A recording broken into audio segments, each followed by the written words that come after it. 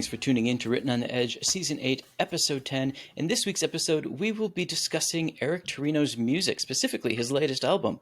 Then we'll be reviewing Power of the Dog and breaking this episode into chapters so you can listen to it. And Eric has teased us with a surprise for the end of his episode, so hold on tight for that. But now, on to the interview.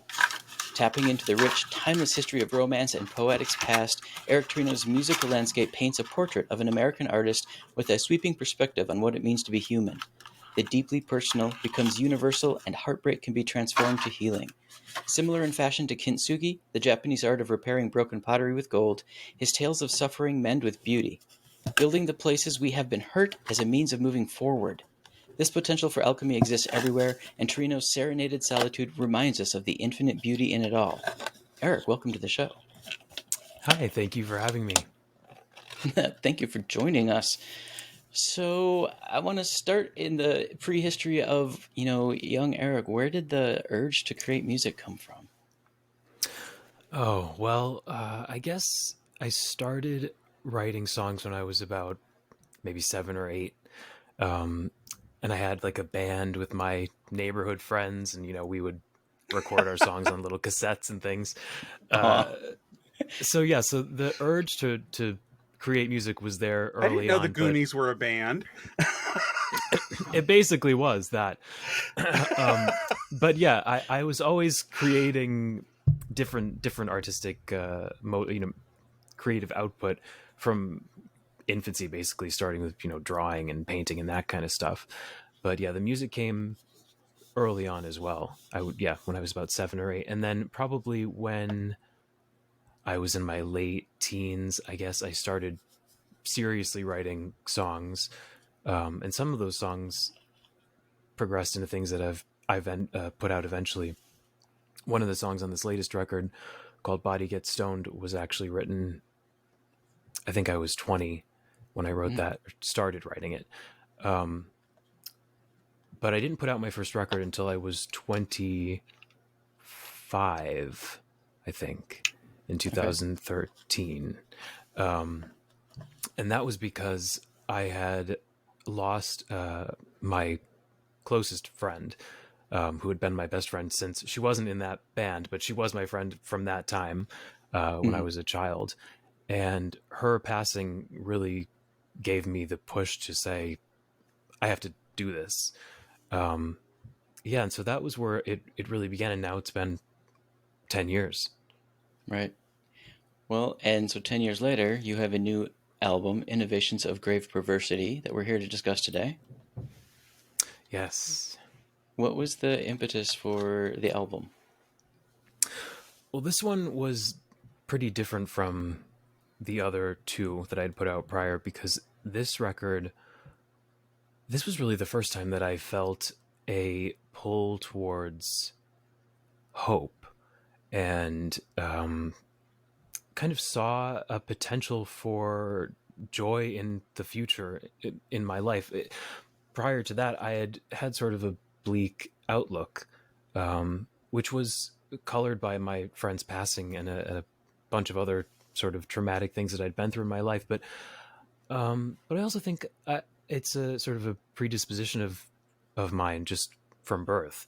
I sort of have a tendency to see the bigger picture, which if you're always constantly looking at the bigger picture, you're going to see that there's a lot of dark corners in it. And it's easy to have those dark corners overshadow the great things that are a bigger part of the picture in reality.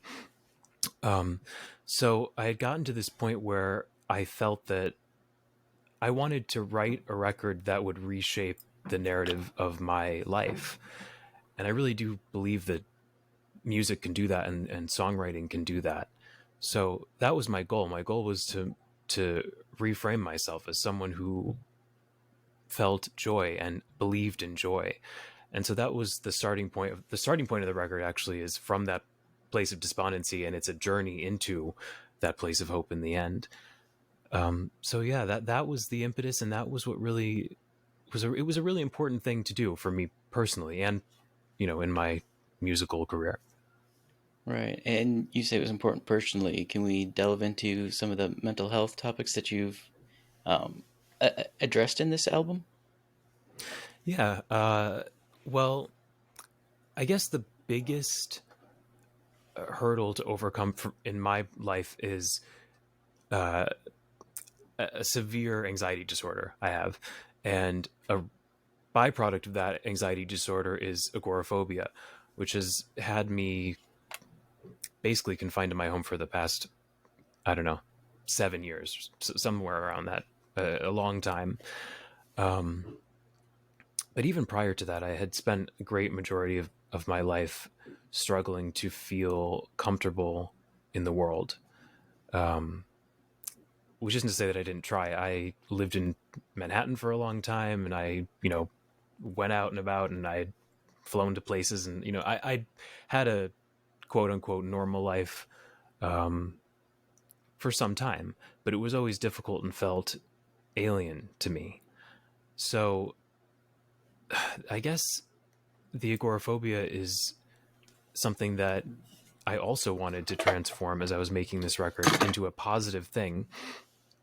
And I was able to do that because instead of making this record completely on my own, which is what I had done the previous two times, I used this as an opportunity to connect with other people and to work with musicians remotely around the world, which again, taking a negative and turning it into a positive. I did this during the pandemic, which made it much easier because musicians were finding ways to do that, which they normally wouldn't have gravitated towards. Mm-hmm.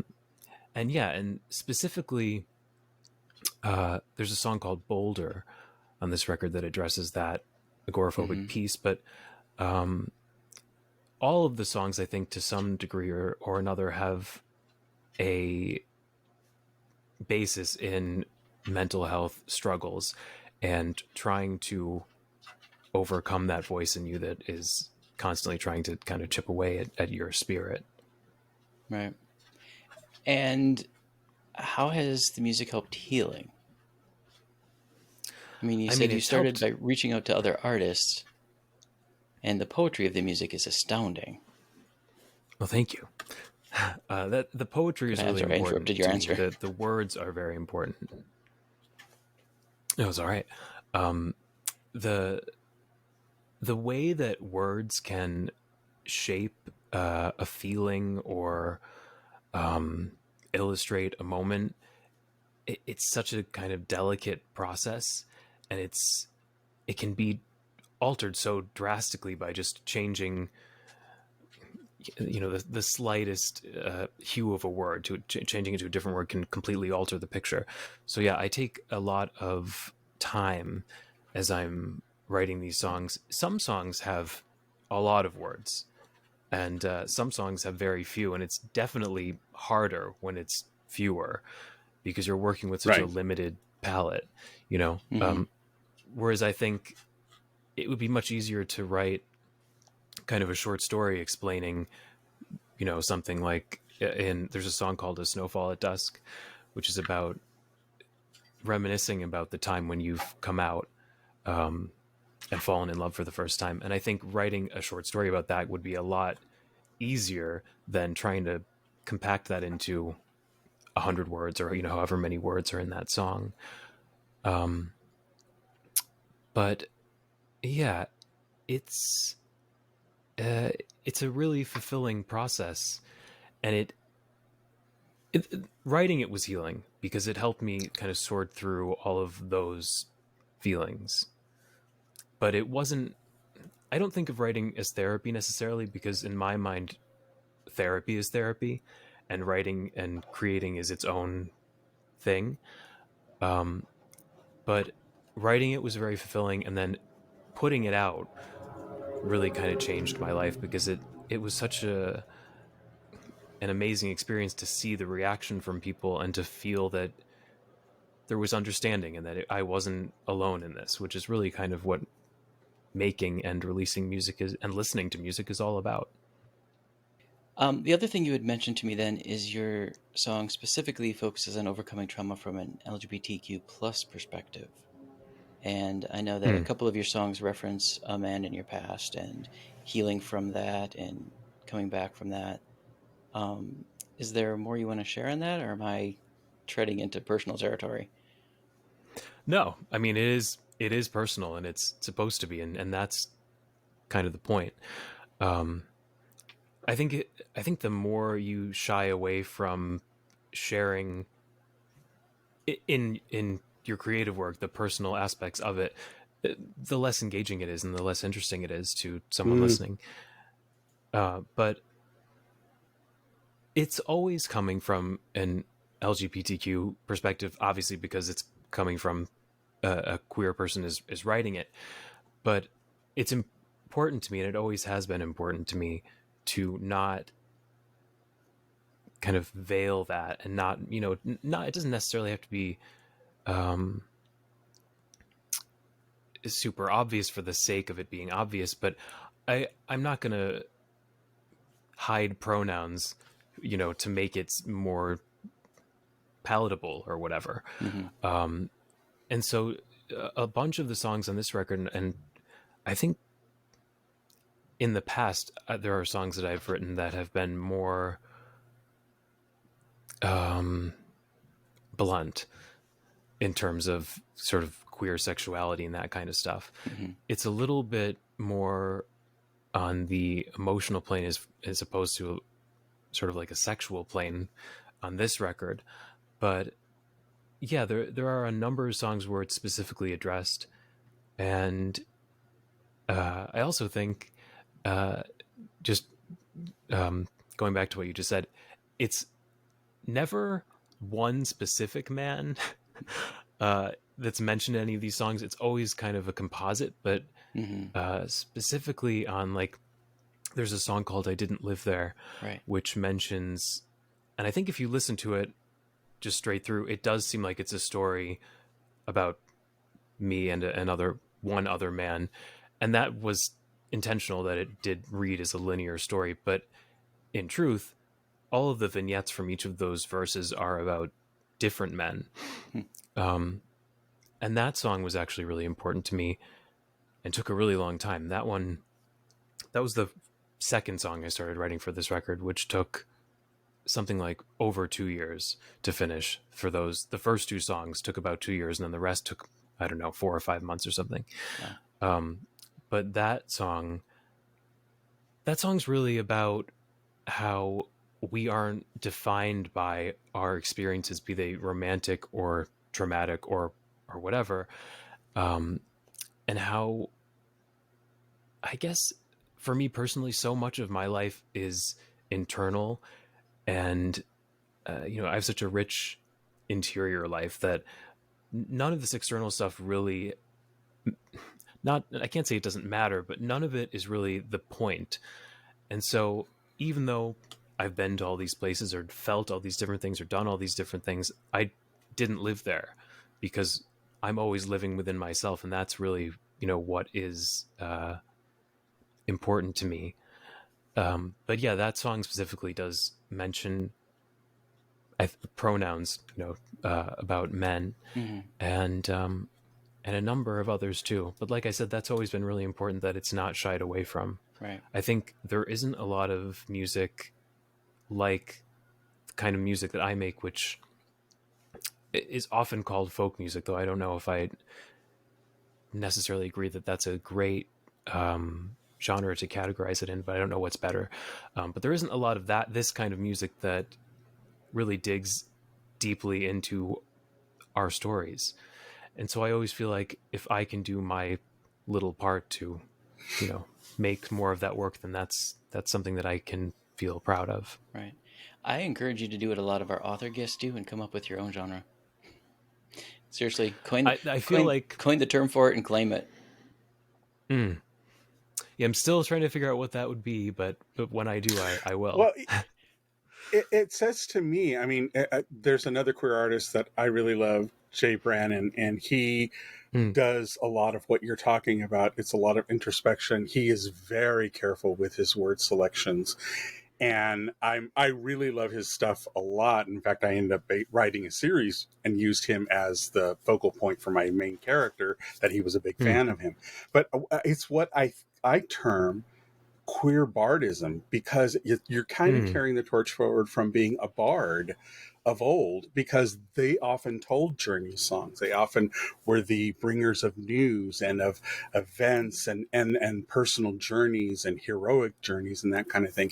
And it's, to me, a lot of queer artists seem to be in that category, because they're writing about the experiences of their life in a world that challenges us greatly. Do you know what I mean?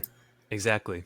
Yeah, and I also actually love Jay, and he is actually a great example of someone who does do sort of the thing that I do. And certainly he would be what I would consider a folk artist. I guess I think that's the confusion for me personally, is that like Jay Brannon's music has a lot of acoustic guitar. That to me is what people think of when they think of folk, though I don't necessarily think of folk music as being that. It's Right, more which is why I kind of went with the more bard thing, because it's storytelling from a queer perspective, you know? Yeah, and I like that, and I think that's very true. And I think that a lot of us do kind of carry that because, like I was talking about earlier, we feel like we have to, because it's not been, our stories have not been solidified yet. You know, there isn't really a firm documentation of all that we've been through. So before we jump into your collaboration work with others, can we play that snippet of Augury of Hope you provided us? Ah, yes, please. All right. And it's a long, long way from a fire escape in the neon soaked light of the halcyon days, to the solemn amber glow dressing these evening fields that find me wandering still. Thank you for sharing that. Our pleasure. Thank you for playing it. So you were one. And yeah, that's a good example of, well, I was just going to say that's a good example of the transition that happens from the beginning process for this record anyway, in making a song, and then the finished product, which typically begins like that, with just me and an upright piano. Mm-hmm. How do you bring in the other instruments? So so I record a demo typically with just me playing piano or guitar, something fairly simple. And then I was lucky enough to find all these great musicians from all around the world who I was able to work with, and who were able to work with me in the way that I can comprehend, because I don't have any classical training or anything like that. So a lot of my sort of means of communication when working with other musicians is abstract. It's not necessarily notes on a page as much as it is describing a feeling or something in terms of what it would visually look like, or, you know, it's a lot more sort of amorphous than I think typically what it's like for musicians to work together. But so I create these demos, and then I'll send it to, for example, there with an Augury of Hope, I sent that first to a string octet in Russia, and the woman who leads that came back at me, and we went back and forth, and, you know, and she would do little bits, and then I would tell her what I liked about it or didn't like about it, and then we would shape that. And when that was laid down, I removed my piano, and then it was just vocal and octet. And then I went to a French horn in Italy. He contributed to that piece as well. And then I think the last element of that was there's this fantastic guy in Greece called Nikos Youssef, who plays a musical saw, and he did what a lot of people think is a theremin when they listen to that song, but it actually is a musical saw, which, if you're not familiar, is literally a saw that you just use a bow and play. Wow. So yeah, so it's a process of building up the demos and stripping away things along the path. Nice. So what's up next to you? More promotion, a new album, new collaborations? Well, at the moment, I actually just released a little EP called "I Didn't Live There," which is sort of a companion to the Innovations of Grave Perversity record, and it just has some demos, which is one of them we listened to a sample of a moment ago. Some demos and some live stuff from the past year. We're actually coming up on exactly 1 year since the record was released. Nice. And so in that time, I had this idea of making a little live EP, and one of those songs is on the I Didn't Live There EP, which is out now. But I saved most of what I was working on because I decided to expand it into a full live record, which I'm continuing to work on. And it's been really interesting because I've been having to dive back into a lot of the older songs, which I hadn't been connected to in quite some time. And luckily, it hasn't been a traumatic experience to reconnect with them, because I feared a number of them because they came from such a heavy time. I feared that it would be difficult to go back there, but it's been really kind of interesting to just see myself in the past, in the present. So I've been working on this conceptual live record because I'm not able to physically tour. The idea is that it's going to be completely remote, as in all of the musicians are recording remotely, I'm recording remotely, and even members of this audience will be recorded remotely. And then it'll all be compiled into one show. So we'll see what happens with that, but that's the project I'm working on at the moment. And yeah, and also I'm just trying to continue to promote this record and get it as much life as it can get. Nice. Where is the best place for people to follow your updates? The best place to find me would be either my website, which is EricTerino.com, or Instagram probably is the best, which is also just EricTerino. Nice. All right, I'm going to say my thank yous now and then ask you to tell us about the live surprise you have planned for us. Thank you so much for being here today. What have you got in store for us? Well, I thought I would do a little live performance of a song called Felt for you, which is kind of, it's the album opener. It's kind of a big song. It was an opportunity for me to address a lot of stuff that I wanted to talk about for a long time. And there's fear and futility and love and companionship and the state of society and aging, and all of these different themes are in that one song. And so that was also one of those songs that took 2 years to write, and I haven't performed it live yet, so I thought it would be fun to do a little stripped down version for you. And we're gonna have a cellist in Ukraine named Artem Litovchenko, and a harpist in the UK named Alice Roberts will be joining me. Nice. All right, I'm going to turn it over.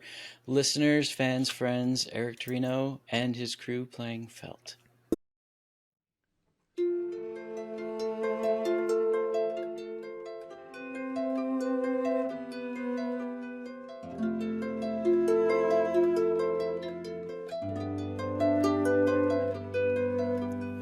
All I've ever tried to say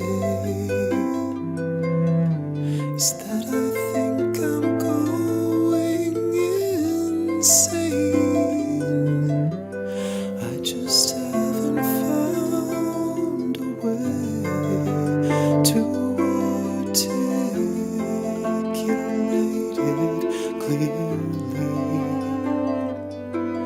I've been jailed in the arms of men, confined by the shelter they lent, impaled in their basements, hollowed out and primed again.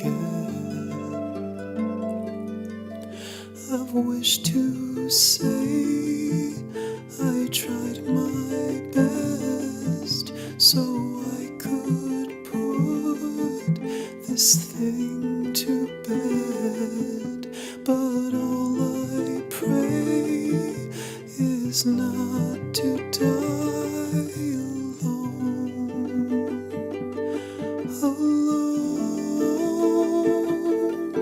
I've been leaning on the edge again.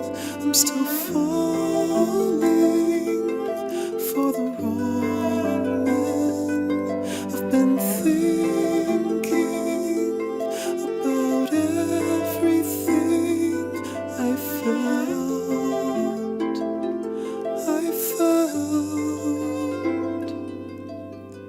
All I ever wanted was to feel like I was loved, but nothing ever measures up in this well that I've dug. Lately it seems the world could end. I'm losing faith in men more often. Where will that leave me when I'm dead? Will they say I was mad? I've wished to say I found my peace in this anonymity, but I still pray that I don't die alone.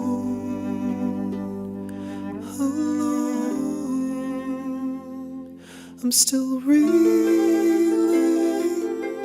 from the whole of it. It's been more painful than I can admit. I can't fathom how I must have felt.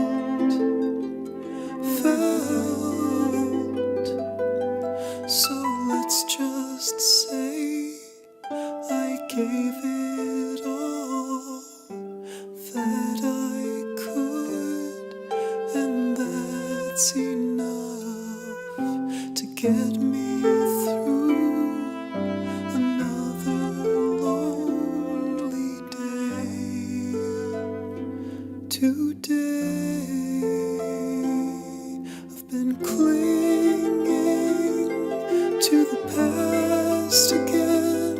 I'm still fighting for the wrong man. I've been drowning in everything I felt.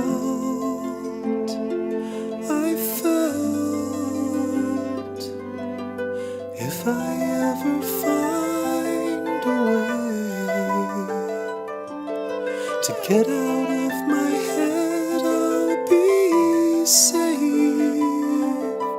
If I ever find a way, I'll be saved. I'll be saved.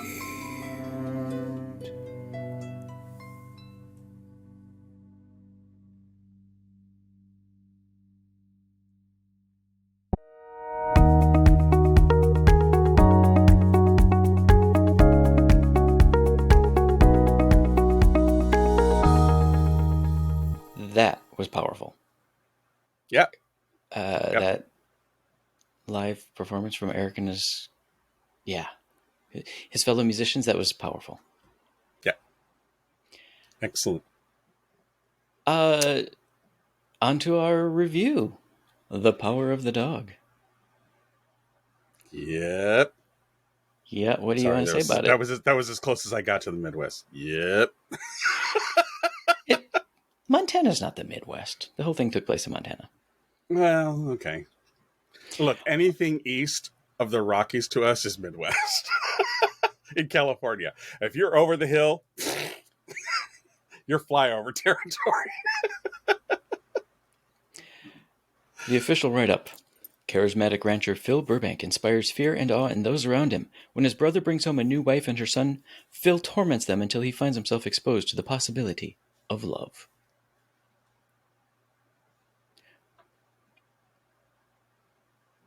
You hated it, didn't you? Maybe hate's too strong a word. Hate is too strong a word. Here's the reality. Because there was zero foreshadowing of his ungrinchifying in the beginning, if I had not been watching this for homework, I would not have finished it. Because Phil Burbank, played by Benedict Cumberbatch, Benedict can play egotistical and harsh really well. We've seen it in other characters of his. And in many cases, I love him for it, but in every case, there's been some foreshadowing of his character's change. Growth. With Doctor Strange, even though he was an egotistical bastard at the very beginning, you saw a foreshadowing of that change very early on. So you stick with the story. This didn't exist here. His character, Phil, is a tormentor and a bully and really not nice to anyone around him. And there was no foreshadowing of that softening. So like I said, if I hadn't been watching this for homework, I wouldn't have stuck with it. But I encourage people to stick with it if you can get past the bullying and the tormenting. And he is a tormentor. Full disclosure, full trigger warnings. He torments Kirsten Dunst's character, who is the wife that the brother brought home. Well, not just her. It's everybody around him. The board. But he calls his brother Fatso. Yeah, from boy. minute one. Yeah. But in terms of his actual psychological torment, it is directed at Kirsten Dunst's character. Yeah. That said, it is a redemption story. Yeah, it is. It is, and I think it's a subversive story. 100%. Completely subversive story. Yes. What do you want to say about it? I would encourage people to focus less on Phil, and that's not an easy call. Mm-hmm. But I would encourage people to focus less on Phil Burbank and focus more on the son, Kirsten Dunst's son. His thread is the most interesting because by the time you get to the end of the film, the question that really smacks you in the face when the son smiles is who's been seducing who all along? The twist in the end is incredibly powerful in that it's every gay boy's revenge story. In that when bullied, they often don't get the chance to take care of it. But the focus needs to be on his character because if you really pay attention to everything this queer boy is doing, it's truly phenomenal. That's where the power of the dog is, in my opinion. It's beware the little twink. Bitch has got claws you ain't even looking for. Interesting. Because we see that line actually comes from scripture. Yeah. And also his look, the animal he sees in the hills around the ranch. He sees the barking dog. Yeah. Yep. Right. And so, the thing is, go ahead. I'll say the theme runs through the movie. Go ahead. The thing that I immediately clapped onto was the quiet persistence. I can't even think of the son's name. What was the son's name? Peter? Yeah, okay. And the hints are there all along, all throughout the film, but they all don't come raging back to you until the final moments of the film. And then you see the through line and you go, oh my God. And you think, okay, well, Phil Burbank was opening up to Peter. And you think, okay, here's some sort of redemption, some sort of climate, because you find out very early on that Phil had this relationship with Bronco, this person who is dead at the beginning of the film, and they're mourning the loss of him. All the cowhands are, because evidently he was a monumental figure in their little world.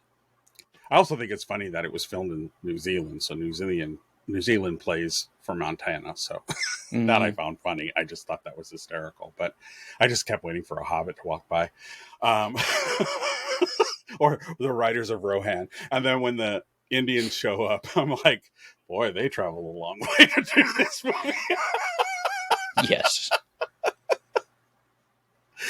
I'm like, wow, okay. But I don't know. There's just, and I love the obliqueness and the absolute bleak setting, the literally drained of life colors in the film. Because you compare it to a movie like Brokeback Mountain, which was immensely jewel toned, all these vibrant nature colors. In this one, they played the bleak, kind of part of the story and the landscape by bringing everything down. And just really, really kind of an amazing, and I really have to hand it to Jane Campion, who directed this. I think it's highly emblematic of how women directors can handle queer themes. I think in some ways much better than male directors do, especially if they're straight men. I think all of the nuances that she did with the Peter character and Phil, and Phil comes up. The reason, you find out through the course of it that Phil is actually a quite learned man. He has a lot of background. He went to, a prestigious Ivy League school. You find out that he's virtuoso in music. He's very well read, and you're wondering, why the hell is he out here in bumfucked Egypt and tormenting everybody? What's driving this? And it's not until you start to see some of what has gone on in his world beforehand, and it's all inferred. He doesn't talk about it to a great extent. So it's a very psychological film. But like I said, I think for me, the strength I found in it, Phil was the distraction. Phil was the smoke and mirrors. It really was Peter that you pay attention to. And if you do from the very beginning, I think when the twist comes, you will be so gobsmacked rewarded that it takes away the bury your game kind of thing to it, but without revealing too much. But you get this moment, and when he smiled, I just went, "You little fucker." I mean, but it was what he had to do. He had to do it because he knew there was no way this was going to end well for any of them if he didn't do what he did. Right now, so just phenomenal. I really liked it.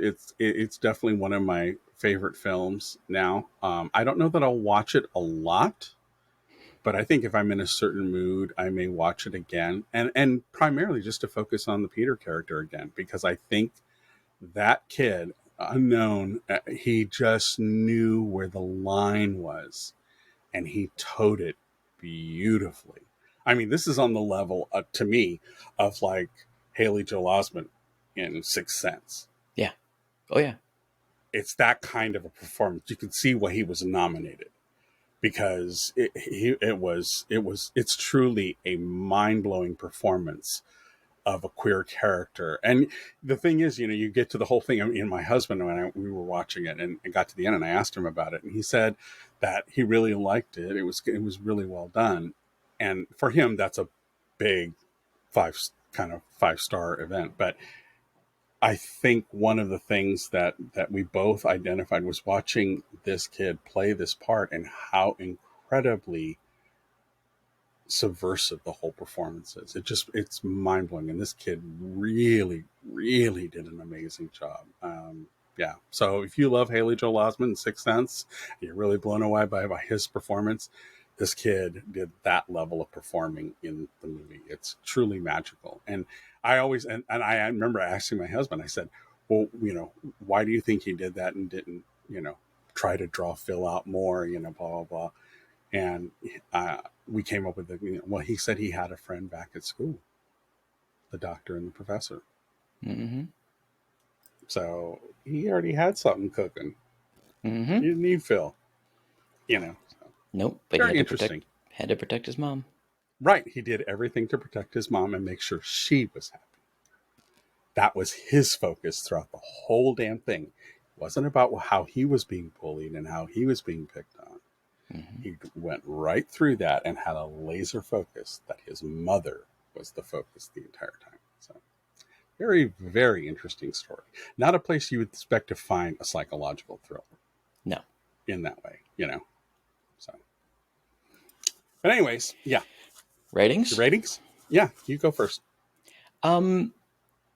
With 2 exceptions, 5 across the board. It was beautiful. It was stunning. The costuming, the music, everything not only worked but enhanced it. Photography. I am dropping the script down to a 4.5 and the director down to a 4. Like I said, only for that lack of foreshadowing.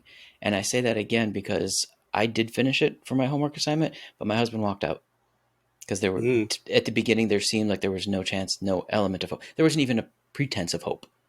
And so I think had they given audiences that, it wouldn't have gotten hit quite so hard by just sort of the common viewers.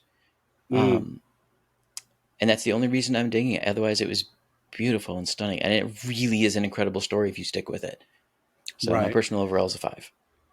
Yeah, I'm going to say mine are 5s across the board with the exception of the screenplay. And I agree with you. I think 4.5 is well enough for it. It is beautifully written. It is the tone and the tempo, even the slowness as everything plays out. Mm-hmm. It's like a slow train wreck, which is a very apropos, metaphor for this. It's a slow train wreck of a film, but you wouldn't feel as rewarded if it was tightened up too much. Right. But I think there was some tightening that could have happened. And even as you say, the foreshadowing. So I loved the direction though. I'm not going to knock that down. I liked her directing, and I was really, really happy to see a woman take on a subject matter like this and to do it really good justice. And for taking something that could have easily been a bury your gay kind of thing and subverting it and just blowing your mind at the end. So that's really where I am. But, I took the scripture reference, but I said, no, the power of the dog is that kid.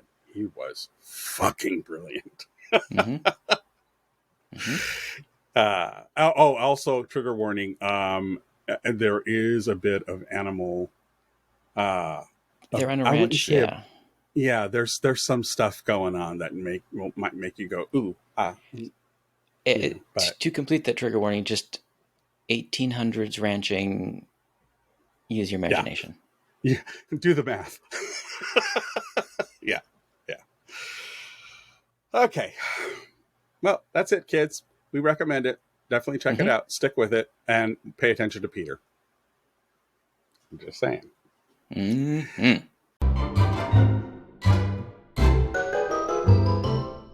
All right. What are we on about? You first. I have been toying with the idea of 2 projects outside of Wrote that are both YouTube oriented. And these will be on my YouTube channel, one of which is just my name, S.A. Baz Collins. So it's S.A. Collins. At S.A. Collins is the handle. And I've been doing like the soundtrack of my life, and it's really inspired by a queer series that Vance and I should probably rate at some point. And I may end up doing a set of reactions with Albert on it if he's up for it. And it's with Tig Notaro's brilliant comedy, One Mississippi. And in it, she plays a character. Well, it's actually kind of a mirror of her own life. Mm-hmm. She plays a character that has a podcast that she does, or a radio show that she does, where she plays and focuses on a certain piece of music, but she does a storytelling around it and how the song kind of fits into what she's talking about, whatever topic it may be. And I thought that was a really, really good place to start for a YouTube channel, something that was slightly different. You have all these music reaction videos, but I thought maybe more of a music curation kind of thing, because most of the youngins, most of the children out there doing this are discovering music from the 60s, 70s, 80s, and 90s and thinking, oh my God, this stuff is amazing, blah, blah, blah, you know. And that's great. I love that they're discovering that. I really, really, really do.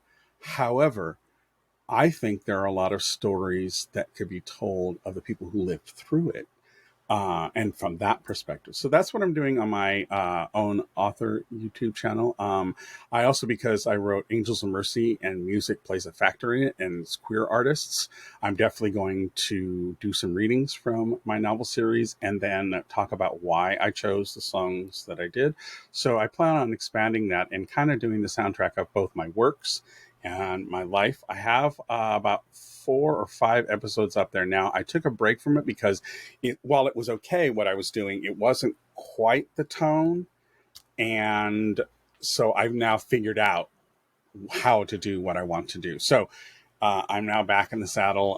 I have beefed up my production situation, bought a new camera. So if you're wondering why I look the way I do, it's because I have a new camera.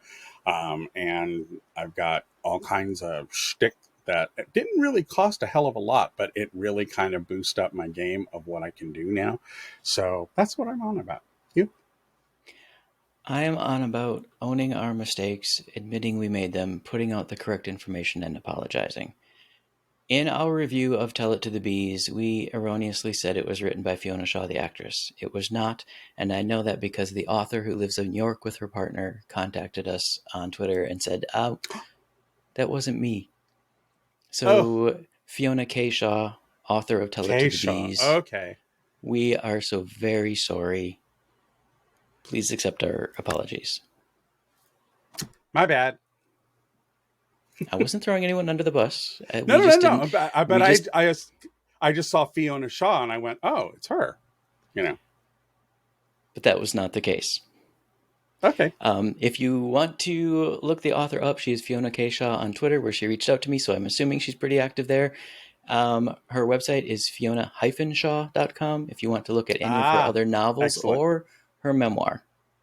I still want to read that book. I really do. That story was so beautifully done. So bravo to you, Fiona K. Shaw. All right. So who won my week? This is along the lines of what I was talking about with my whole direction of what I'm doing.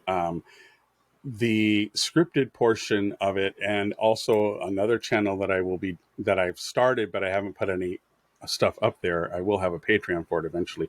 It's a kind of celebration and discussion of queer life across the years. I'm going to be doing a kind of a stream of consciousness discussion of just things that I think are interesting. It's kind of like I'm taking a page out of Kathleen Madigan's kind of, oh shit, they found it. And those kinds of things but I want to do it from a queer angle. And so the channel is called Queersay, and it's QWHEARSAY at Queersay. And it's just going to be me rambling on about topics that I find that are interesting, and I'll be reading some pieces that I found on the internet about certain people, and I will comment on what I think about their contribution to queer society. Maybe it'll be across different media, books, movies, TV, news articles, public events, and what have you. And in that vein, the reason why I bring it up is because I showed Vance my new little toy, and this is a teleprompter case. You actually do it by, let's see if I can do this without breaking you put your iPad or your phone on this little bad boy, and the camera sits back here. And if you're on audio only, you really should be watching our YouTube channel, because I do often do Vanna White and Demetra Ford, or Anitra Ford. That she was my favorite model from The Price is Right. Oh my God, I love that woman. Anyways, I often do that on our show. I actually show things. So this little teleprompter does it really well. There's a pivoted glass here that when the piece reads up through here, I can look right into the camera itself that sits here in the back, and I can read from it, and it doesn't pick up any of the text that's going by. And so I can do my scripting and actually look right in the camera as I'm reading my scripted stuff.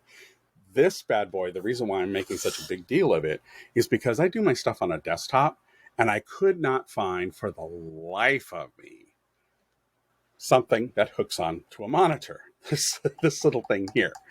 I have another one that I paid almost $200 for, and it has it has a mount, but it's a mount for like a lensed camera kind of thing.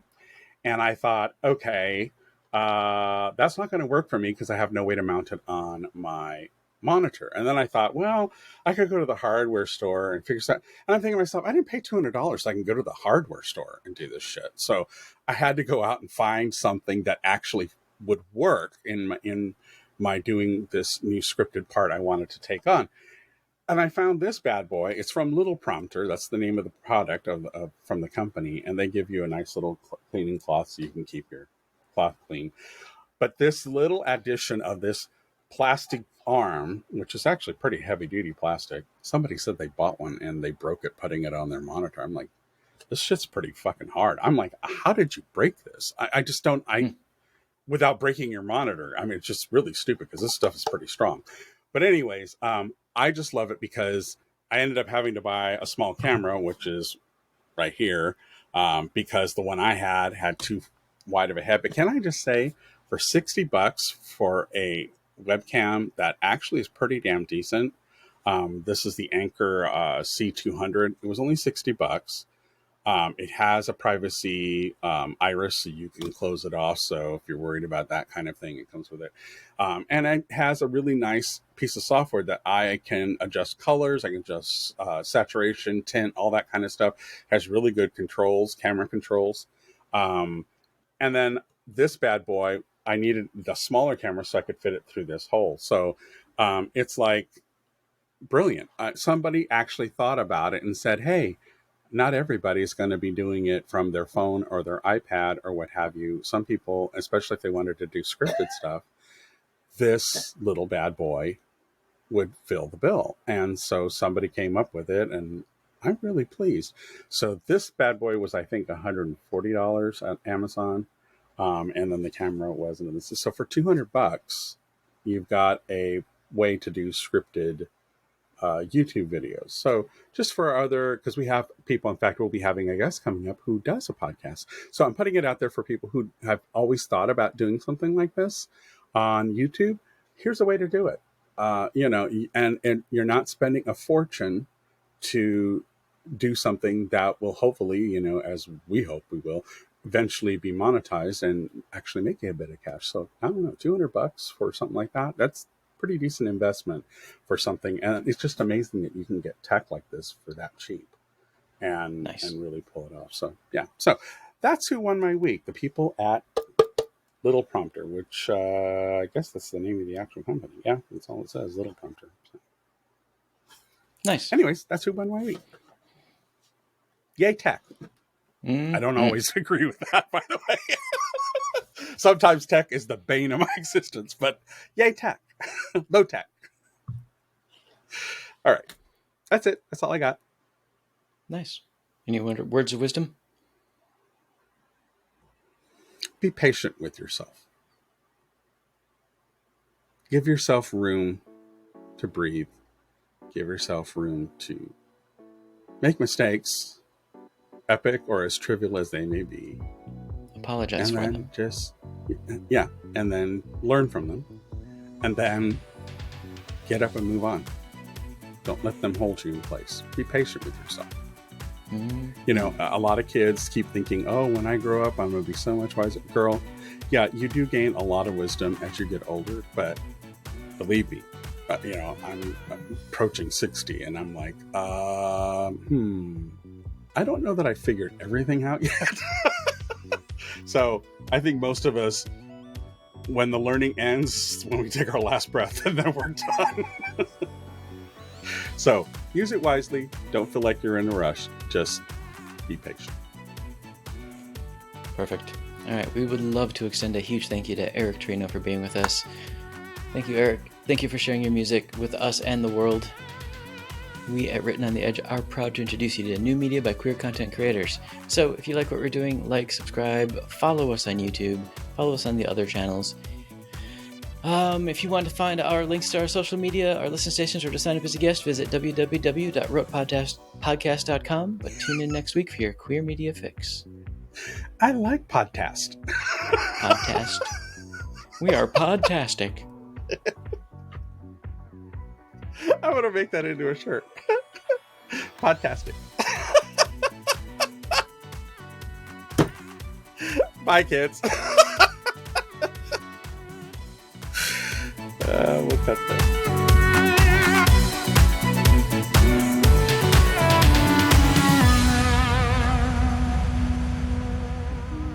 Oh, what's that? Closing time. The bums rush in melody, dear.